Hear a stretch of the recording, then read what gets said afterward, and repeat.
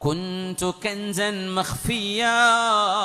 അല്ലാഹു പറയുകയാണ് ഖുദ്സിയായ ഹദീസിൽ, ഞാൻ അറിയപ്പെടാതെ കിടന്നിരുന്ന ഒരു നിധിയായിരുന്നു, ഞാൻ ആരാലും അറിയപ്പെടാതെ കിടന്ന ഒരു നിധിയായിരുന്നു.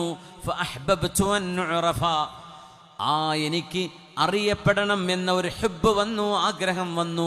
ഫഖലഖതുൽ ഖലായിഖ, അങ്ങനെയാണ് ഞാൻ സൃഷ്ടികളെ പടച്ചത്.